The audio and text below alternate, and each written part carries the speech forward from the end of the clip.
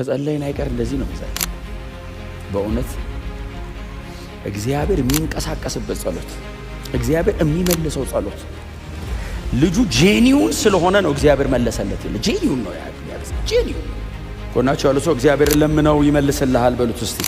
ይሄን መልመድ ጥሩ ነው። በእውነት ነው የምነግራችሁ፣ መልመድ ጥሩ ነው። ልመና አለመቻል ውስጡ ስላለው፣ ልመና ራስን ማዋረድ ትህትና ውስጡ ስላለ፣ የልብ መሰበር ውስጡ አለው ልመና።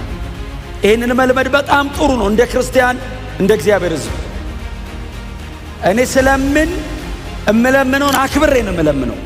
ያ ቤት አለ ያው ሚካኤልን ወለደ ብሎ ይነግረናል ብለው ነው በጣም በተስፋ እየጠበቁት ያሉት። ያ ቤት ከወንድሞቹ ይልቅ የተከበረ ሰው ነበር። እናቱም በጣር የወለድኩት ስትል ስሙን ያቤጽ አለችው ይለናል። እንግዲህ ወደፊት ወደ ኋላ ነገር ነው አይደል የጻፈው። አሁን ከወንድሞቹ ይልቅ የተከበረ ነገር ብሎ ከዛ ደግሞ እናቱ ደግሞ ስትወልደው አለና ወደ ኋላ ደግሞ ተመለሰ። አሁን እድሜውን ነው አይደል የኖረበትን ዘመን ሲነግረን ከወንድሞቹ መካከል በጣም የተከበረ ነበር ነው የሚለን። እንግዲህ በሕዝብ መካከል በሰው መካከል ያቤጽን ሰው ሁሉ ሲያየው እንደ ፋሚሊ የዘራረግ ስለሆነ እየተጠቀሰ ያለው እንደ ቤተሰብ ያቤጽ ከወንድሞቹ መካከል እጅግ የተከበረ ሰው ነው። በጣም ሆነረብል የሆነ ሰው ነው። ደግሞ ዝም ብሎ የተከበረ አይነት ሰው አይደለም። እንደው ዝም ብሎ የተከበረ አይነት ሰው አይደለም። መጽሐፉ ራሱ ይነግረናል። እዝራ ራሱ ያስቀምጠዋል። ያቤጽ የተከበረ ነው የሚለን ቀጥሎ በጸለያቸው ጸሎቶችና እግዚአብሔር የመለሰለት መልስ አለ።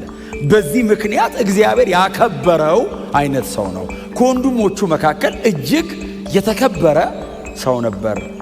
እግዚአብሔር አክብሮታል ይለንና እናቱ ግን ስትወልደው በጣር ነው የወለድኩት አለች እና እናቱ የወለደችውን ጊዜ አትረሳውም። ያቤጽን ስትወልደው የወለደችበትን ወቅት አትረሳውም። ሞት አይነት ነገር የገጠማት እስኪመስል በጣር ወልጄዋለሁና ስሙን ያቤጽ ብዬዋለሁ። ያቤጽ ማለት ባይዘው ህመም እንደማለት አይነት ነው። ፔን እንደማለት በቃ ይሄ ጣር ያለበት ምጥ ያለበት ሲቃይ ያለበት እንደማለት ነውና ስወልደው እጅግ በጣር ነው የወለድኩት አለችና ስሙን ያቤጽ ብዬሃለሁ አለችው። እናቱን አስም ያወጣችለት እናቱን አስም ያወጣችለት። እናቶች ታውቃላችሁ አይደል ኤክስፔሪየንሳቸውን ሁሉ ነው ሰብስበው የሚያወጡት። ምጡ ላይ ጣር ይኑር አይኑር ያቤጽ አያውቅም። የተወለደ ቀን እሱ ምን ያውቃል? እና እናቱ አወላለዱን የእሷን ሁኔታ እሱ እንዴት አድርጎ እንደተወለደ ሰብስባ ያቤጽ ታምሜብሃለሁ፣ ተሰቃይቻለሁ፣ ጣር ላይ ነበርኩ ባንተ ምክንያት፣ እግዚአብሔር ግን እንድትወለድ ፈቀደልህ ያቤጽ። ምናልባት እንግዲህ ካደገ በኋላ የነገረችው ይመስለኛል። ስለ እናቱ ምንም አይነት ሪፈረንስ የለንም። ስለ ያቤጽ ግን ስላለን ያቤጽ ማን ነው ስምን ያወጣል? እናቴ ናት። ለምንድን ነው ያቤጽ ያለች? በጣር ነው የወለደችኝ። የተወለድኩ ጊዜ ነግራኝ ነበር። በጣም ሲቃይ ውስጥ ነበርኩኝ እና በጣም በጣር መካከል እኔና ሞት መካከል አጣብቅኝ ውስጥ ገብቼ በቃ ወለድኩ፣ ተገላገልኩ፣ እግዚአብሔር እንድትኖር ፈቅዷል ብላ ያቤጽ አለች። ልጆች ሆናችሁ ቤተሰቦቻችሁ የነገሯችሁ ነገር የለም? እኔም ማውቀው ነገር አለ። አሁን እኔ ልጅ ሆነ ተብዬ የተነገረኝ በጣም ብዙ ነገር አለ። ልጅ ሆነ እያለ ለጥቂት ተርፋሃል የተባላችሁት ነገር የለም? ያቤጽ እኮ አሁን ሩቅ እኮ አይደለም። ኢትዮጵያዊማ በጣም ብዙ ያቤጽ ነው ያለው።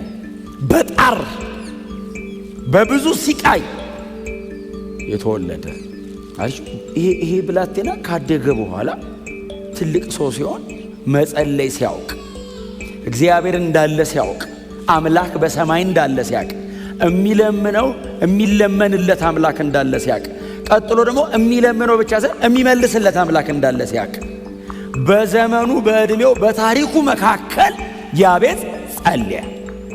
በጣም እደነቃለሁ። ስለ ያቤጽ ሌላ ነገር አለመጻፉ ያስደንቀኛል። ጸሎቱ ነው የተጻፈለት፣ የጸለየው ነው የተጻፈለት። ቀጥሎ ጸለየ፣ የጸሎት ሰው ነበረ።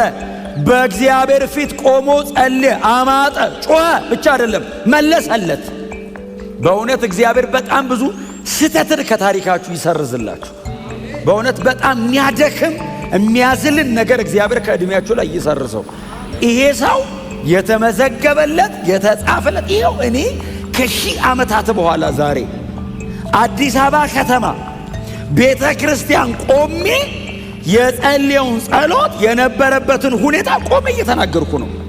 እግዚአብሔር በታሪክ መካከል አስገባው። ይሄን ሰው ምን ተጻፈለት? ጸለየ። ወዴት? ወደ እስራኤል አምላክ።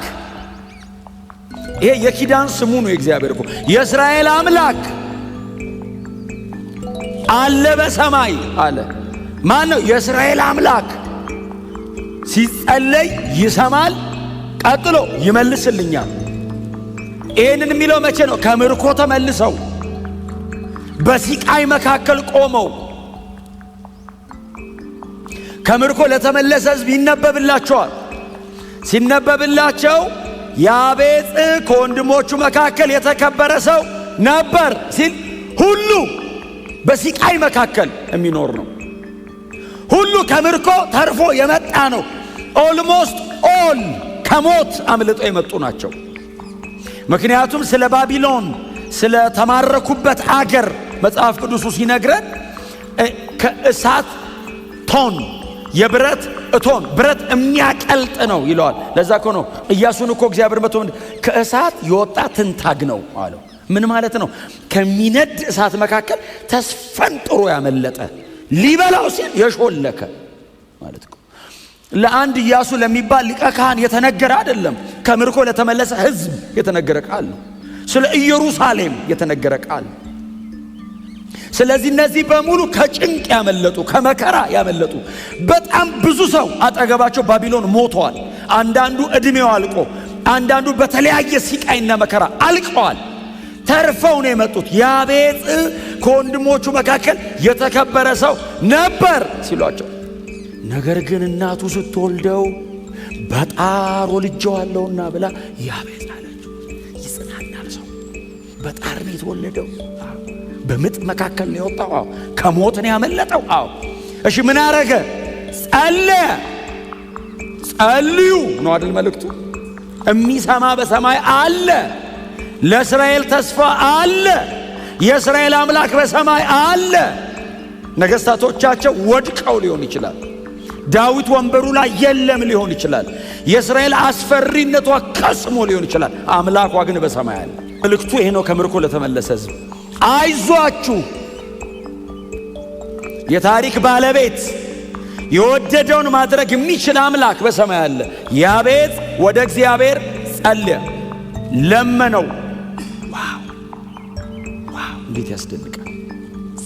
ጸሎቱ ልመና ነው አይደል? ጸለየ፣ ጸሎቱ ልመና ነው። ልመና ልምምጥ ነው። ልመና አቲቲዩድ እኮ ልመና እኮ አቲቲዩድ። ኮራ ብለህ ትለምናለህ እንዴ? ስብር ብለህ ነው የምትለምነው?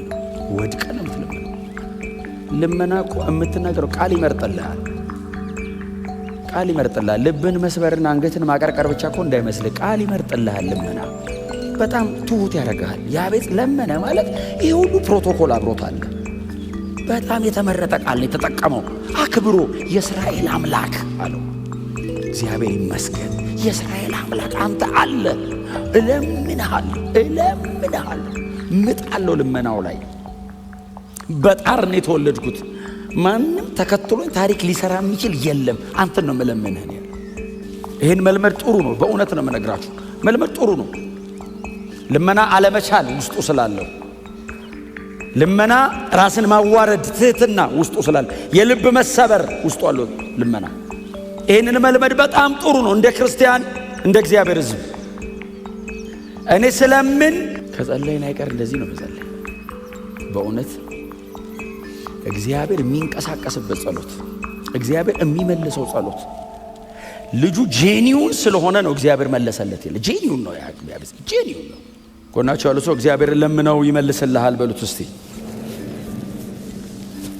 ይሄን እምለምነውን አክብሬ ነው እምለምነው፣ ተሰብሬ ነው እምለምነው፣ ዝቅ ብዬ ነው እምለምነው። ቀጥሎ የሚሰጠኝ እንዳለ አውቄ ነው እምለምነው። እምቀበለው ነገር አለ። ስለምነው ሰጪ ነው፣ ተቀባይ ነኝ። ባዶ ነኝ፣ ሙሉ ነው። ይችላል፣ አልችልም። እርሱ ብቁ ነው፣ እኔ ምንም ነኝ። እግዚአብሔር አምላክ ነው፣ እኛ ባሮቹ ነን። አሜን ነው። ልጅነታችን የሚቀድም ባሮች ነን እኮ እኛ። ኦፍ ኮርስ በክርስቶስ ኢየሱስ በኩል ልጆች ነን፣ ግን ባሮቹ ነን፣ አገልጋዮቹ ነን። ይህንን ደጋግሜ ተናገረ። ሰርቫንት ብቻ አይደለንም የእግዚአብሔር እኮ አገልጋይ ብቻ ሳይሆን ባሪያ ጭምር ነን። ዋጋ አውጥቶ የገዛኝ ባሪያው እና ያለሱ መብላት መጠጣት አይደለም መኖር ነው ማንችለው። የጌትነቱ መጠን በእኔ ህይወት ላይ መወሰን ይችላል። በዚህ መጠን አክብሮ ነው እየለመነው ያለው። በዚህ መጠን የሚገባውን ክብር ሰጥቶት እየለመነ ነው። ለመነው፣ እግዚአብሔርም የለመነው ሰጠው። እግዚአብሔር ይመስገን። ለመነው ብቻ ቢሆን ራሱ በቂ ነው። እግዚአብሔርን የመለመን እድል ማግኘት ራሱ በቂ ነው። ሰጠው እኮ አድቫንስ ነው። እግዚአብሔር ፌቨራብል ነህ አለው። በቃ ሞገስ አግኝተሃል አለው። ልመና ነው። እሺ አለው እግዚአብሔር። እሺ አለው። ያቤት ምንም ያህል ዓመት እንደኖረ መጽሐፍ አይነግረንም። በኖረበት ዘመን ሁሉ ግን የተጻፈለት አንድ ጉዳይ ይሄ ነው። ለመነው፣ እግዚአብሔርም የለመነው